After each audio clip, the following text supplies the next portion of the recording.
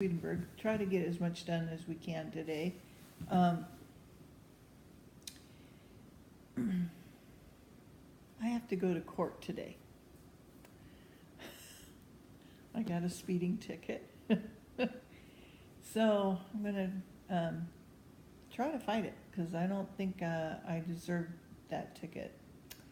And so pray that, I have a good outcome. And I'm going to tell the judge exactly how I saw things and leave it on his mercy or her mercy. So anyway, I'm not looking forward to doing that.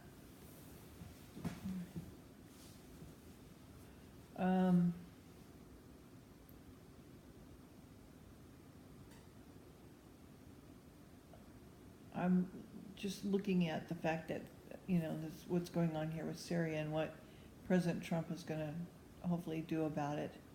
Nikki Haley is, saying that you can't rush into decisions like this, and we'll have to see if he doesn't just do some sort of, because we don't know if Russians are involved. We don't have any proof. We suspect, but we don't know, for sure. So anyway, that's what's going on news-wise that I can see. All right, so page 135. Our discernment can accept what is good and what is evil, what is true and what is false, but our essential volition cannot. This must be focused on what is evil or what is good and not on both, because our volition is our essential self. It is where our life's love is. In our discernment, what is good and what is evil are kept apart like an inside and an outside, so that we can be inwardly focused on evil, outwardly on good. However, when we are being reformed, the goodness and the evil are brought face to face. Then a clash occurs, a battle that is called temptation, if it is severe. If it is not severe, though, it happens like the fermentation of wine or beer. If the goodness wins, then the evil and its distortions are moved to the sides, much as dregs settle to the bottom of bottles. The goodness comes to be like a wine that has become vintage wine after fermentation, or beer that has become clear. If the evil wins, though, then the goodness and its truth are moved to the sides and become murky and dark, like half-fermented wine or half-fermented beer. The comparison with fermentation is based on the fact that in the word, yeast means the falsity that comes from evil, as it does in Hosea 7:4, Luke 12:1, and elsewhere. The falsity that comes from evil that's what yeast means. Okay. Divine providence is for evil people and good people alike. So within each of us, good and evil alike, there are two abilities. One of them makes up our discernment and the other our volition. The ability that makes up our discernment is our ability to differentiate and think, so we call it rationality. The ability that makes up our volition is our ability to freely to do these things, think, and therefore speak and act as well, as long as they do not violate our reason or rationality. Acting freely is doing whatever we want to, whenever we want to do it. These two abilities are constant. They are unbroken from beginnings to endings overall and in detail in everything we think and do. They are not intrinsic to us, but are in us from the Lord. It therefore follows that when the Lord's presence is in these abilities, it is a presence in details as well, even in the very smallest detail of our discernment and thought, of our volition and desire, therefore our speech and action. Take these abilities out of any least detail, and you would not think it or speak it like a human being. I have already offered abundant evidence that it is by virtue of these two abilities that we are human, that we think and talk, and that we sense what is good and discern what is true, not only in civic and moral issues, but in spiritual ones as well, and that we can be reformed and regenerated. In short, it is by virtue of these two abilities that we can be united to the Lord and therefore live forever. I have also explained that not only good people, but evil ones as well, have these two abilities.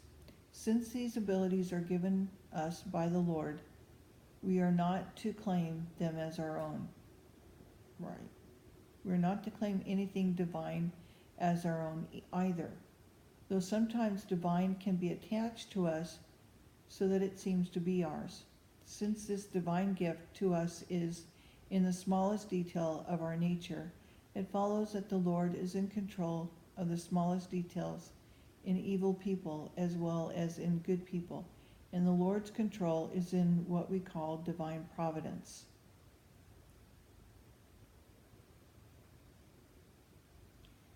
Now, since it is the law of divine providence, okay, or the Lord's control, okay, since it's in the law of the Lord's control or divine providence, we can act freely and rationally, that is, availing ourselves of the two abilities called freedom and rationality. And since it's also a law of divine providence, God's rule, that whatever we do seems to be done by us and therefore be ours, and since we can infer from these laws that evils have to be permitted, it follows that we can misuse these abilities. We can freely, rationally, justly, anything we please. We can take anything we please and make it rational, whether it is inherently rational or not. This leads some people to say, what is truth? Can I make anything true that I choose? Isn't that what the world does? People do this by rationalizing if they can. Take the most false proposition you can and tell clever individuals to justify it, and they will. For example, tell them to prove that that we are nothing but animals, or that the soul is like a spider in its web, controlling the body by its filaments, or that religion is nothing but a restraint, and they will prove whatever you choose so that it actually seems true. Nothing could be easier, because they cannot identify an appearance or a false proposition that is taken in blind faith to be true. This is why people cannot see the truth that divine providence, or God's rule, is at the work in the smallest details of everyone's discernment and volition, and the smallest details of everyone's thoughts and impulses, which amounts to the same thing in evil and good people alike. The main thing that misleads them is that they seem to make the Lord responsible for evil, when in fact no trace whatsoever of evil comes from the Lord. It all comes from us through our accepting as fact the appearance that we think, intend, talk, and act autonomously. We shall shortly see. To make it clear, I need to proceed in the following sequence. 1. Divine providence, God's rule, is at work in the smallest details wherever, not only with the good, but with the evil as well. But it is not in their evils. Let me read that again.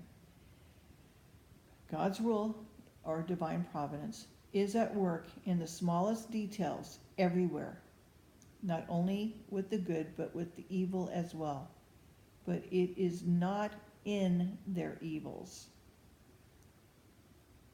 Evil people are constantly leading themselves into evils, and the Lord is constantly leading them away from evils.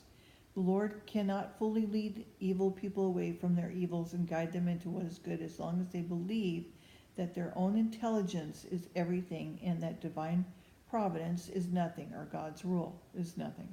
The Lord controls the hells by means of opposites. For evil people who are still in the world, he controls them in hell as to their deeper natures, but not as to their more outward natures.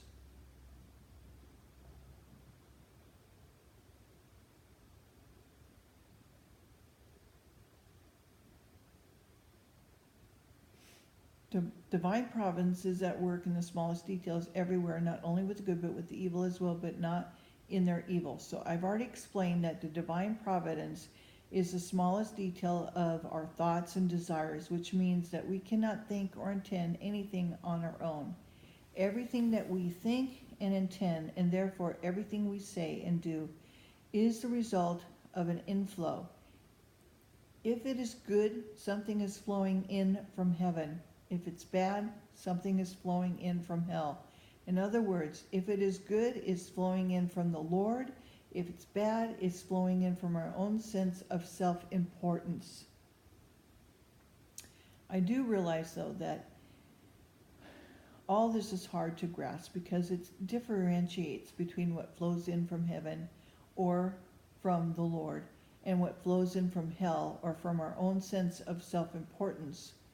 And at the same time, it says that divine providence, or God's rule, is at work in the smallest details of our thoughts and desires, to the point that we cannot think or intend anything on our own.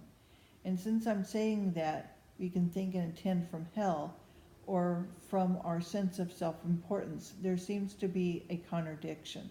However, there is none, and we shall see below, once a few points are prefaced that shall shed some light on the matter.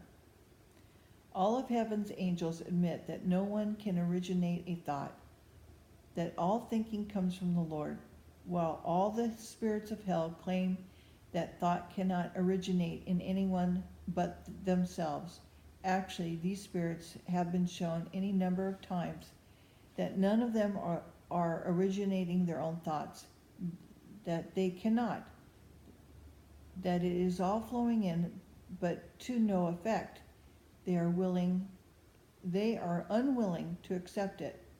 However, experience will teach first of all that even for spirits in hell, every bit of thought and feeling is flowing in from heaven. The problem is the inflowing good is being turned into evil in hell, and the truth is being turned into falsity. Everything becomes its opposite. This is how it's shown to me. Something true from the Word was let down from heaven and taken hold of by people in the upper levels of hell. They sent it down to the lower hells, all the way to the lowest, step by step, along its path. The truth turned into falsity, and finally into falsity absolute opposite to the truth. People who were changing it thought they themselves were thinking up this falsity. That was all they knew, and yet the falsity was the truth flowing down from heaven and on its way to the lowest hell, that truth falsified and distorted. 3 or 4 times I have heard of this happening. The same thing happens to what is good. When this flows down from heaven, it is turned step by step into the evil that is opposite to it. This has enabled me to see that when what is true and good emanates from the Lord, it is taken up by people who are devoted to what is false and evil, and it is changed. It takes on another form so completely that its original form can no longer be seen. That is just what is going on with all who are evil, because in spirit they are in hell. I've often been shown that no one in hell originates a thought. They all depend on others around them, who again are not originating their thoughts, but depend on still others. Thoughts and desires move from community to community in a pattern without people realizing that they are not thinking autonomously. Some individuals who believe that they thought and intended autonomously were assigned to a particular community. They were cut off from communication with those neighbors to whom their thoughts usually spread, and were held where they were. They were told to think differently from the way the spirits of community were thinking, to force themselves to think along contradictory lines, and they admitted that it was impossible for them. I'm gonna stop right here.